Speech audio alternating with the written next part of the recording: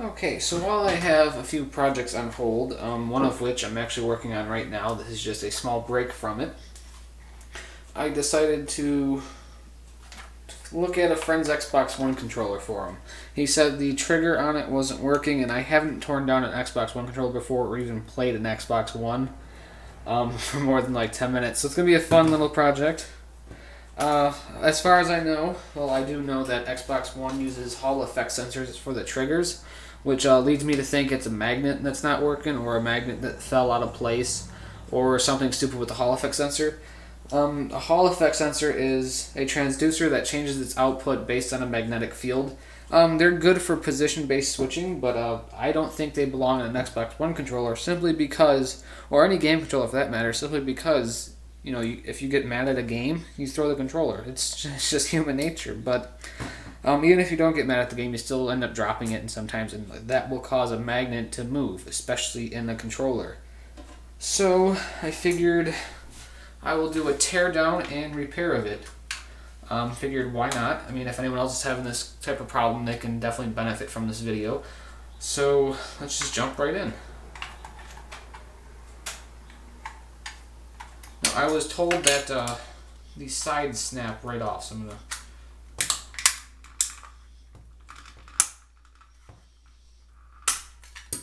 And they do. Cool.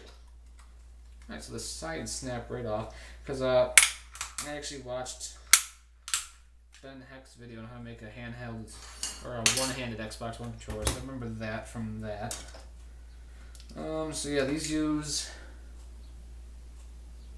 these weird screws, just like the Xbox 360 controller. It's just like the Xbox 360. There's also a screw. Let's see, 1, 2, 3, 4, 5 screws. One hidden underneath the tape. I already punctured that one. And uses a Torx bit. A little Torx bit. And from what I heard, that Xbox One controllers are made better. The D-pad's a lot better. It definitely feels a lot better than the 360. Joysticks I'm not a fan of. They're way too small. And the triggers I don't care for simply because they use Hall effect sensors. I like the old potentiometer style trigger because it just worked better. It was easy to fix. Potentiometers rarely ever have issues. So I got almost all the screws out. Some of these screws won't come out because they're a security bit and they have this peg on the inside of it. So, and sometimes it works and sometimes it doesn't. This one it's not for some reason. But the other ones I got out no problem and they had a peg. Alright, so all the screws are loose. This part, little resistance, my guess is this one. There we go. If we don't want to lose any screws. Alright, so the faceplate comes off relatively easy. And so does the back piece.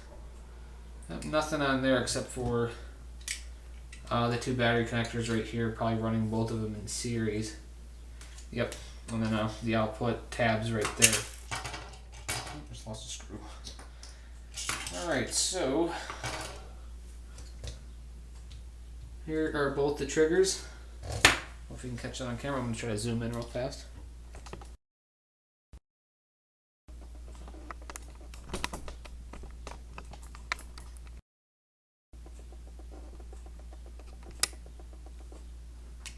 Alright, that's a good view.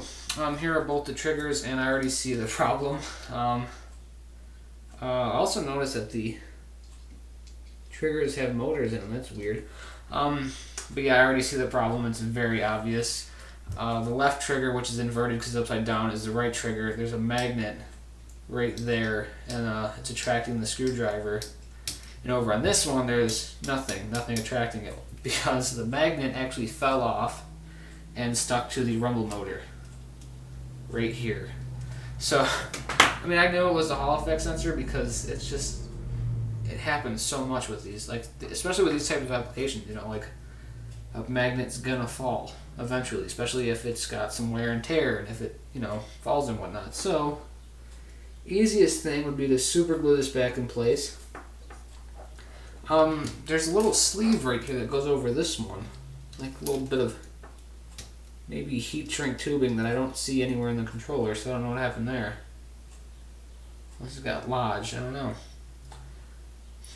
So, yeah, easiest way to do would be to just super glue this back into place and maybe add like a small piece of electrical tape just to hold it securely. Alright, so I'm going to do that.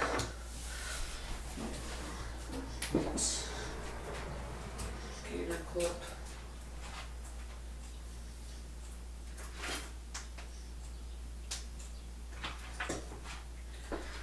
Alright, so hopefully you saw that. Right here is the magnet that fell out of place. I knew it was a magnet. So yeah, what I'm going to do is I'm going to use some epoxy and an alligator clip to apply pressure to fix the magnet.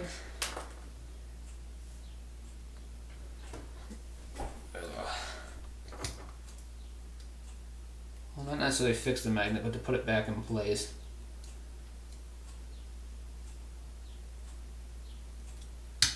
There's actually a little bit of adhesive on it already. But yeah, a little bit of adhesive on it already, but obviously that didn't work very well. And this honestly is probably the first video I'm ever going to shoot in which I don't have to do a bunch of different segments. It should be very straightforward. Alright, so I got this adhesive. I only need a small amount because this stuff is really, really good and strong and smells ungodly, but so I'm just going to put a little bit on the magnet and then put it back in place underneath the trigger. Now it should hold by itself, but I'm just going to add the alligator clip. Yeah, it's holding by itself, but I'm just going to add the alligator clip to apply pressure and spread out the epoxy a lot more so it gets more surface area. So gator clip will go in position there. So actually I lied, so I'm not going to keep the camera rolling as this sets because it's gonna take about an hour or two to set, and I want to just let it sit overnight just to let it set a lot. So it's going to be a two-part video actually. Very, very easy fix. So if anyone out there is having issues with their triggers not working, and you know how to like a very basic understanding of electronics or just taking apart stuff, that's all you really need to do is just look inside of it, look for the magnet, see if it moved, and if it did, there's your reason. Very, very easy troubleshoot. Honestly, I don't know why they used Hall effect sensors. Like, I get it. It is a more advanced technology than potentiometers, but if it's not broken, don't fix it necessarily. Even potentiometers, they just worked really well for the 360, so I don't know why they would switch to Hall effect. But I'm going to let that sit for a few hours, probably overnight, and yeah, it's going to be a two clip video, really, really fast. Like I said, I have two more projects. One's taking place on my workbench. This is my new desk, by the way. It was a pain to get upstairs, but it's here.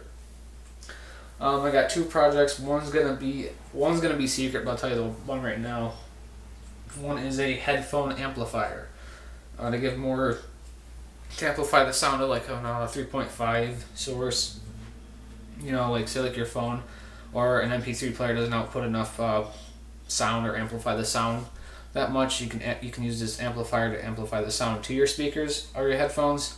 So that's one of the projects I'm working on right now. It's a very, very simple, fun hack that I kind of repurpose some stuff around my shop. So that's to look forward to. The other one is a really, really cool project I'm excited about, but I'm far from done with it. I got probably about 75% more left to do on it. I gotta get a few more things for it, but it's coming well nicely, and it's just on my bench right now in a bunch of pieces, but I'm not going to show you that because that is relatively secret. So let that set for a while and we'll be right back and then we'll test it. I don't have an Xbox One. I don't plan on buying one because I simply just don't really feel like, Xboxing as much. I kind of fell out of playing video games console wise. I mean, I just don't play Xbox 360 enough or more than enough to even want to buy an Xbox One. I mean, I'm sure I'll get one in the future, but as of right now, I just don't care. My brother, however, has an Xbox One, and I'll test it out over at his house and make sure it works before I get it back, but that should be the only issue. Just a stupid magnet that fell out of place. Seems relatively simple, and like it's kind of funny. Because you think Microsoft, a big company, would think about that.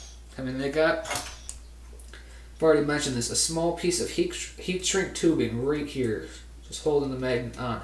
I don't know what happened to it because it's nowhere in the controller. And it's honestly a decent sized piece of rubber and it's just not there. So I don't know if this controller was previously taken apart or if it's somewhere I can't see, but I'm not seeing it anywhere. I don't know. So I'll look for it, and like once the magnet or once the adhesive dries up more, I'll take off this circuit board and I'll look for the heat shrink tubing, but I don't know where it is, and honestly, maybe it might have been taken apart. I'm not entirely sure. Or something stupid happened to it. But yeah, I'm going to let that sit for now and quit talking because this video is supposed to be short. Okay, so the epoxy has been sitting for probably about like 9 hours now, so it should be good to go. We removed the gator clip that was applying pressure. Yeah, that's really good. That's definitely on there. Yeah, so that's working really well.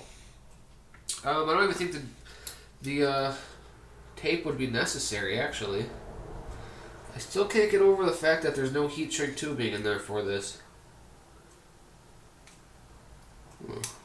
Can't see anything. Oh, I think that's pretty weird. But anyways, let's reassemble it. I don't think adding a piece of electrical tape would be necessary, but I'm going to do it anyways. Just cause, and if it happens to fall off, nothing bad should happen, but I don't think it'll fall off. It shouldn't fall off, but the heat shrink tubing did and disappeared, so I don't know where the hell that went. I think that's pretty damn weird. Should be enough.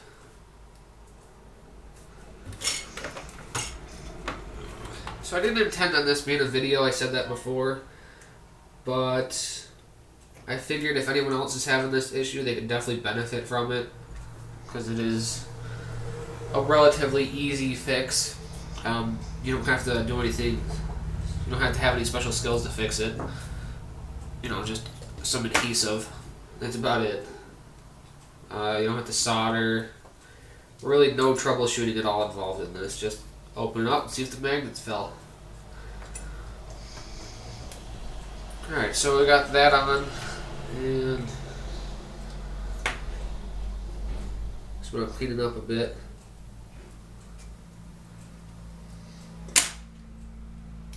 To make it smaller. Also, I want to give a thanks to the 200 subscribers I just got on YouTube, which is really cool. Never thought I'd even make it to 200. It's really, really cool.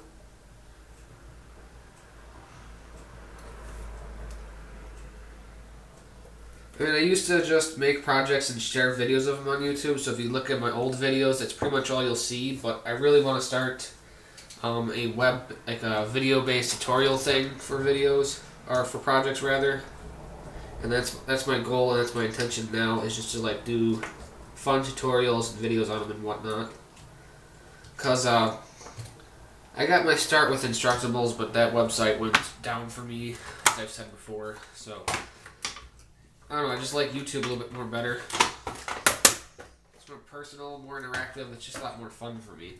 Alright, so I got the electrical tape on, holding the magnet in place, not that it needs to be there, so I can reassemble the controller, which I still have over here. Only a few screws came out, the other ones are still in place. Yeah, I got 2 screws in place, 2 screws in there, and 1 screw right here. So yeah, I got all 5 screws. So now I'm going to get this thing back together. And then I'll test it out on my brother's Xbox One and we can see if it works. I think it will. Relatively confident about it.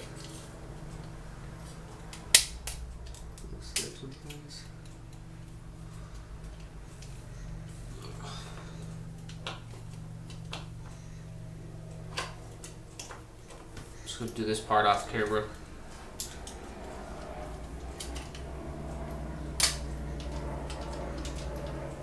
Alright.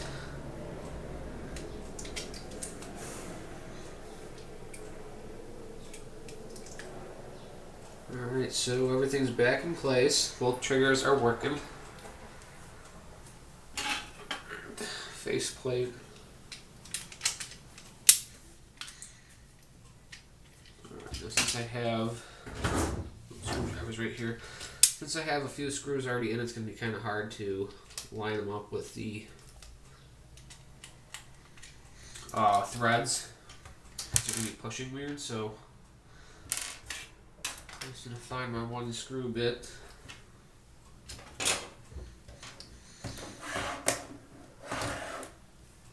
Which for some reason disappeared. There it is. Cool. Like I said, this uses a security torch bit. I'm pretty sure it's the same size as Xbox 360. Still has that annoying little peg in the middle of it, which makes it a security bit. What I do is I use a flathead screwdriver, a small enough one that'll turn the security bit, and if the peg breaks off, that's good. Then you can just use a normal bit. Which is what I like, because I don't like security bits.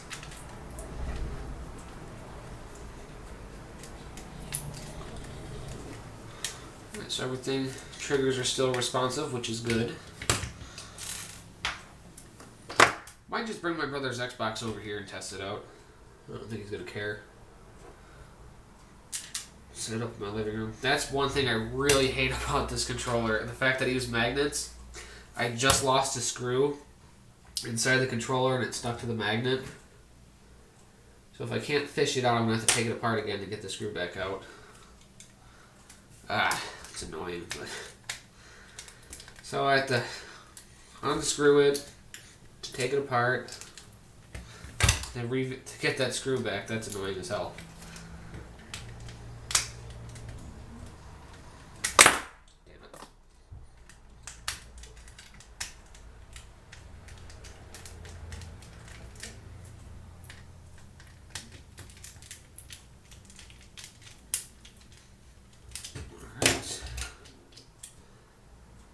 Yep, stuck right on the magnet. That is annoying as hell.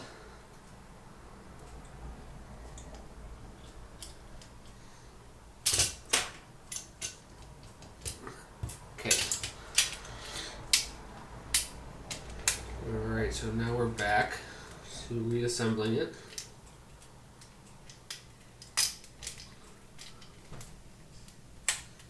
Again.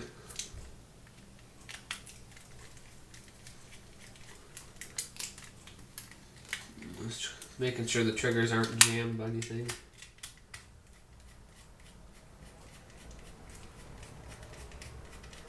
I'm missing the thread there. Yep, I am just by a little bit.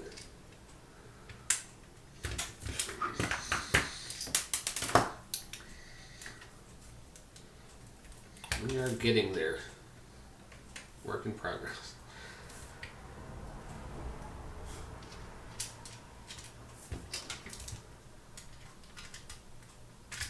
I definitely don't like the new Xbox controllers.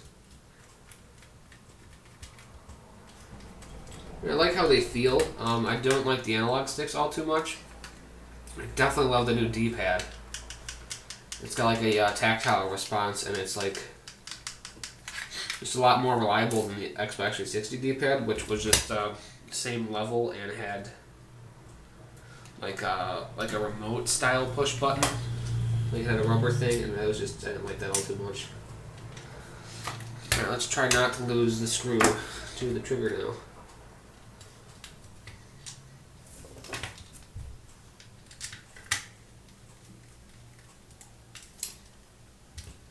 Alright, good. We've got 2 more screws left, and we can test it out.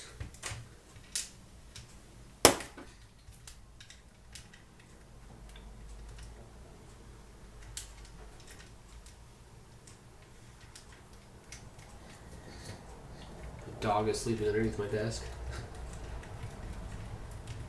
Alright, 1 more screw.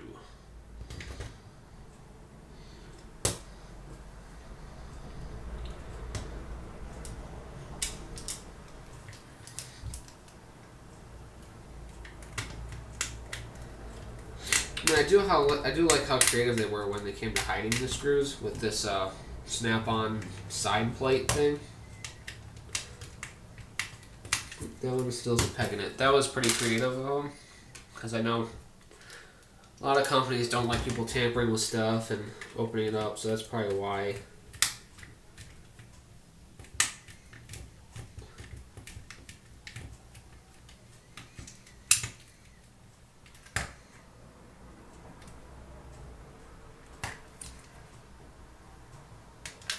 Alright, so all the screws are back in place.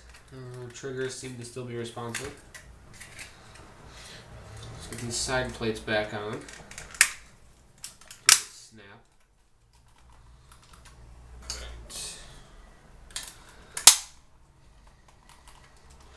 Alright, so that should do it. I mean, everything is working.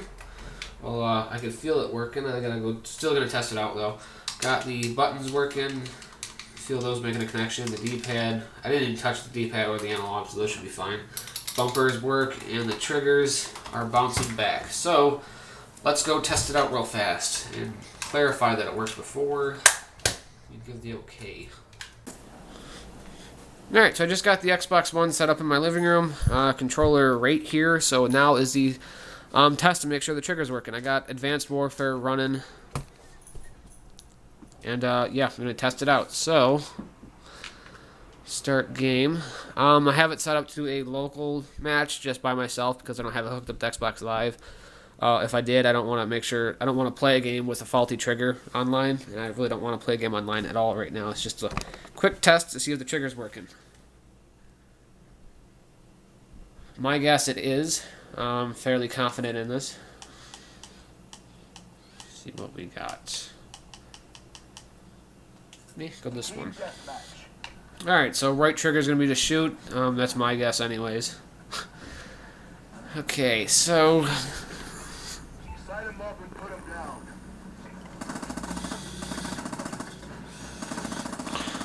Alright, so right trigger is working. Look at that. So very easy fix. Just a stupid magnet fell out of place. Probably happened if like someone dropped it or something. I don't know where the heat shrink tubing went. I did look, no idea where the hell that went. So yeah, just a very, very simple fix. Cheap as hell too. So like, if you're having the same issue and you don't take it apart, odds are you're gonna spend $60 on a new controller or somewhere around there to get it repaired. So for a very, very easy fix, just take it apart, glue the magnet back in place, and you're good to go. Anyways, thanks for watching. This was a relatively fast project. Did not intend on this to be a video, but it is. Basically, because I want to say thank you for the 200 subscribers. That's really, really cool. I'm going to keep projects coming. I have 2 coming, as I said earlier. So if you're interested in any of those, keep an eye out. So the one I didn't mention, because I'm not going to give any details out yet. But the other one's pretty interesting, and I almost have it finished. I'm too distracted. The headphone amplifier, that one's almost finished. The video is going to be uploaded soon. Probably like a day or 2 after this video is. So keep an eye out for that. And thanks for watching. And hopefully this helped you. And thanks for the 200 subscribers. Really, really cool. 201 last time I checked, which is really cool.